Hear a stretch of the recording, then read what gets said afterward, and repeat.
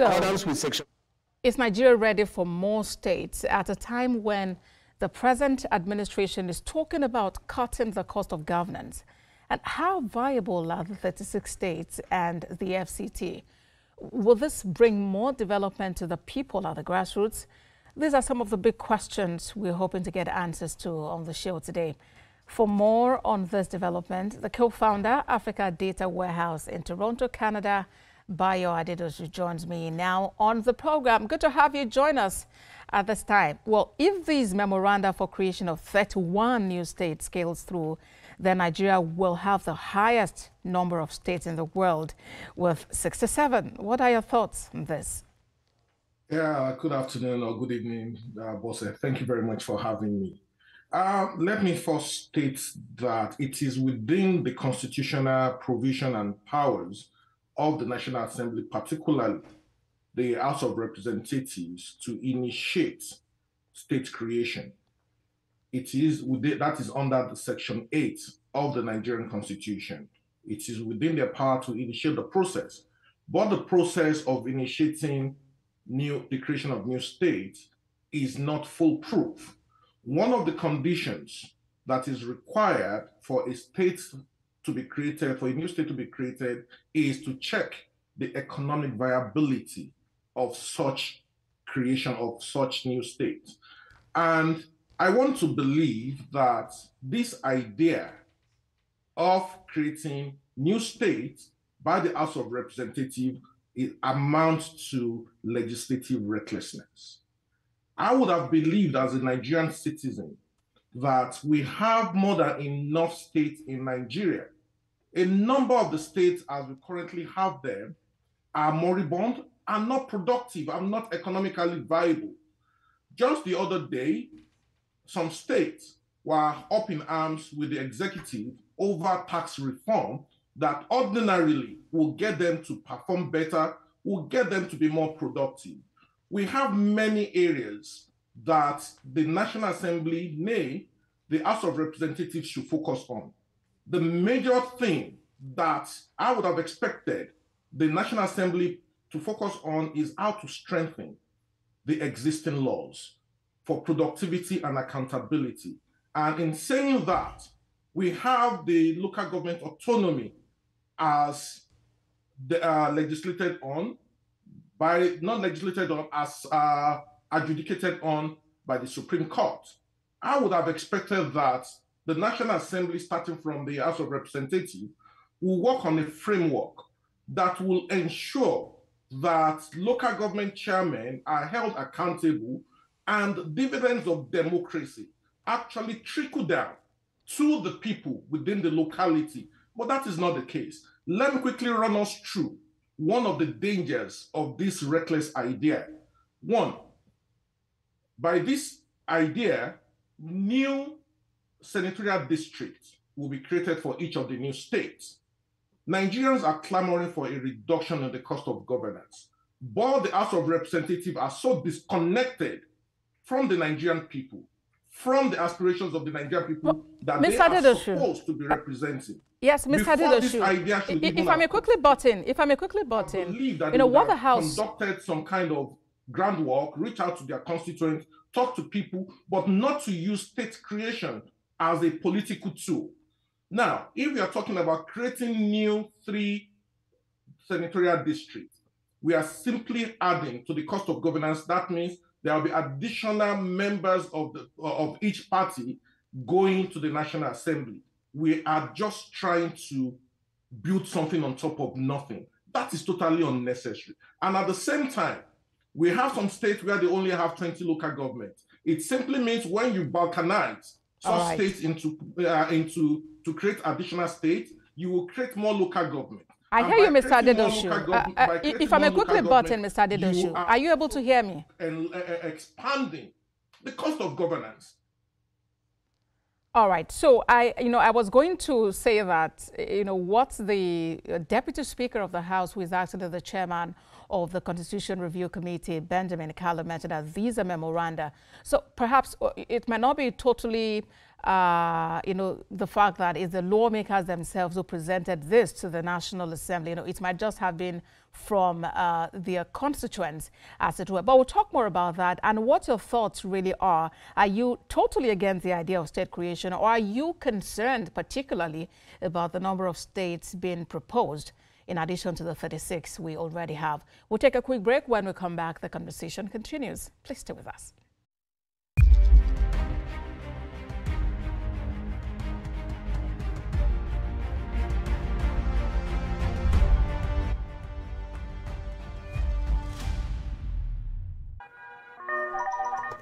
Hello, TVC Communications. How can I help? What makes TVC the right choice for my business? Excellent question, sir. Let me share some exciting facts with you. Start your day on TVC Entertainment with Wake Up Nigeria, a family and lifestyle show. Your view empowers women globally. It's your view, let it count. Entertainment Splash delivers the hottest celebrity trends. On TVC News, we keep you informed with breaking news and in-depth analysis of events shaping the world. I will continue to speak the truth. TVC News at 7 and TVC News at 10 p.m. delivers the most important stories of the day.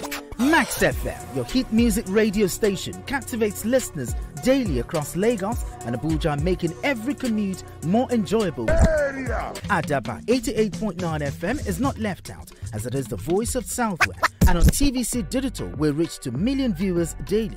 All together, pulls in over 17 million viewers daily. Contact us on 0707-272-8338 or marketing at tvccommunications.tv. Partner with TVC Communications today. Let's grow together.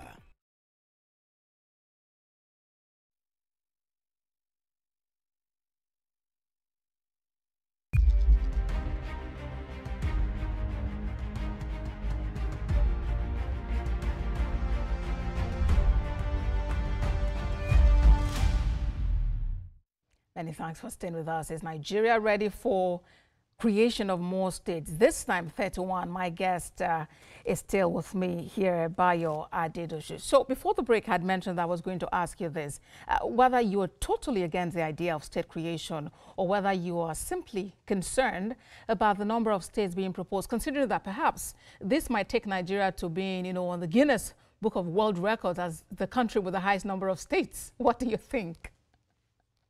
Let me put it this way.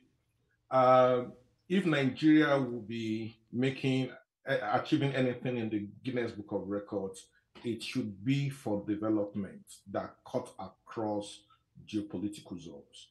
I am roundly against the creation of more states. We have many states that are not economically viable as the structure is right now. The National Assembly should try to focus its energy on how to make the other tiers of government, the state government and the local government, to be more functional, to be more productive, to see how the enabling laws can help them to look inwards and do things that will actually put Nigeria in the Guinness Book of Records for development. All right. Many Nigerians like myself also hold the belief that this idea yesterday that the Deputy Speaker of the House of Reps, Benjamin Kalu, did mention the fact that the House had before it 31 memoranda to create additional states, and it spread across different geopolitical zones. The Southwest is actually requesting the most number of states, requesting 7. That's closely followed by the North Central, which is seeking 6 additional states. The Southeast and the Northwest each want 5 states, while the Northeast actually wants 4 states. Will this see the light of day? Would it get the buy-in of all the lawmakers, the National Assembly and the state houses of assembly? How viable will this actually be? And then if one should consider the reasons that some of these agitations are rising at this time. You talk about autonomy, you talk about resource distribution. Are these really concerns as presently constituted? And if yes, how can these concerns be addressed such that everyone feels welcome, everyone feels loved and part of the system? These are some of the dimensions we are looking at on the show today. Remember that at the very beginning, when Nigeria gained independence, initially it was about regions. It had the eastern region, had the western region, and had the northern region. As it moved on, okay, north, south, really, and west, before we had further expansion to having states until we got to 36 states and the federal capital, Abuja, as we have it now. Okay, I understand Mr. Adedosu is back with me now. So yes, Mr. Adedosu, I was talking about some of the concerns that people have raised about this. I mean, the reasons fueling this agitation. People talk about autonomy. People talk about resource distribution. It does appear that some part of some states or some geopolitical zones don't entirely feel they are part of the system as presently constituted. Do you agree these are serious concerns? Yeah, thank you very much for actually raising the issue of resource control. Let us ask ourselves, the states that currently have derivatives being given to them, how well have they applied the funds? Let us go back since when some oil-producing states have been receiving 13% derivative funds. What kind of development have they brought to their people? Let's look at Delta states. Can we see the impact of such funds? Let's look at Ondo State. Can we see the development that the money has been applied to? So that is a non-starter. That does not even come in at all. We are only trying to enrich some people. The issue of resource control is not going to be addressed by state creation. It's only going to be addressed when we create and strengthen institutions, existing institutions, to work accordingly and be able to hold people accountable for the resources they have. Unfortunately, as the system is constituted today as a federation, the governors are now accountable to the president. So they are at will to apply the funds that come to their state anyhow. And we are now saying you want to create additional states, and the new governors also will be able to apply such funds the way they wish. No, it does not add up in any way. So that is not an excuse that anybody should come up with. What the current setup, what are they doing with the funds? No accountability, no meaningful development anywhere. That is not part of it. And when we're talking about autonomy, we already have local government autonomy.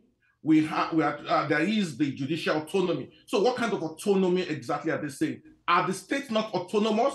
The states are autonomous because they are not accountable to anybody other than to the houses of assembly, their state houses of assembly. Unfortunately, the state houses of assembly are tied to the apron strings of their governors, who are more like emperors. When we look at it and we're talking about the viability of this idea, how many states are currently viable within the Southwest? Let's take Lagos State, let's take Ogun State, and let's take partially Oyo State. What about the other ones? Are they viable? Without the federal allocation monthly, can they survive? What is their internally generated IGR? How will the internally generated IGR be enhanced simply by creating new states? These are things people need to look at. We should be more creative. We should not just come up with ideas that even a child will look at and look at, oh, did you really think this true? That is what I see. And we are also trying to go the way of ethnic division, ethnic divide, because it simply means we are trying to create ethnic nationalities along state lines, because a number of minority groups in states are simply trying to say, we want our state. We want self-determination. It is another way of asking for self-determination. The law should be emboldened, should be enhanced. All these ideas, all the excuses they've given so far, they are not adding up. And I don't see how they can add up. They should give us the breakdown. I hear you. Mr. Adedosu, you might think that these ideas are not adding up. But if these individuals, come to the table and they explain to you what the experiences have been, it could be different from the way you perceive it. So what do you think can be done to actually assuage these agitations, to actually help them feel that they are part of the system and the system is working for them? Now, it's good we're actually having this conversation. And why did I say it's good we're having this conversation? This particular government is addressing many ills of the past. Just recently, the federal government approved a university in Southern Kaduna. That is part of addressing inequalities, because the so-called agitation is born out of perceived inequality and inequalities, as it were. Now, look at Ogoniland. There are projects going on in Ogoniland. When the federal government and the state government actually have more presence in all the local government areas of the federation, all these agitations will come to naught. And again, now the local government chairman will begin to receive funds directly from the central bank. That is autonomy for them. And now we can now monitor how they apply these funds. So the so-called inequality, how many people even know their local government chairman? Everybody thinks the central government, the federal government is so powerful that the federal government can just yank off a state government or instruct a state government to do certain things or tell the local government to do certain things. That is not the way a federation is set up. Nigeria has 3 tiers of government. We have 3 arms of government, and all are independent of each other. So when we're talking about agitations, inequalities, it comes from the locality, from the local government level. The local government administration should be the closest to the people. Now, you introduced me that I live in Canada. Yes, I live in Canada. But the thing is, I have more direct relationship with my mayor, who is the chairman of my area. I have more direct relationship with him than the premier, who is like the state governor, who is like the governor of Ontario. So everything that relates to me actually comes from the mayor of my city, not the state, not the province. And that is what we are asking, that our laws should be strengthened to ensure that local government administration is enhanced. The federal government has done its own with local government autonomy. So the issue of autonomy, inequality does not even arise. Let people elect responsible people into government, into local government administration, and be able to hold them accountable. Nigerians don't hold their local government and state government accountable. Everybody's focus is on the federal government. The federal government's responsibility mainly is to make policy and ensure compliance with rules and regulations of the land. It is the state governor that is the chief security officer of the state. It is let's even ask ourselves, what are the state governors doing? You have just about 15 seconds to wrap up, please. 15 seconds. What are the state governors doing with their security votes? Development of any nation is not at the center. It is at the state and local government primarily. All right, then. The conversation is actually just starting. We'll wait to see how the committee in the House of Reps handles this, how it escalates to the Senate, and how the state houses of assembly respond to these memoranda. Co-founder Africa Data Warehouse in Toronto, Canada, by Adedosu, thank you very much for your time on the program. Thank you very much for having me. I mean, Nigeria succeed. That's our sincere hope. That's our program today. We thank you for watching. A repeat broadcast comes up midnight and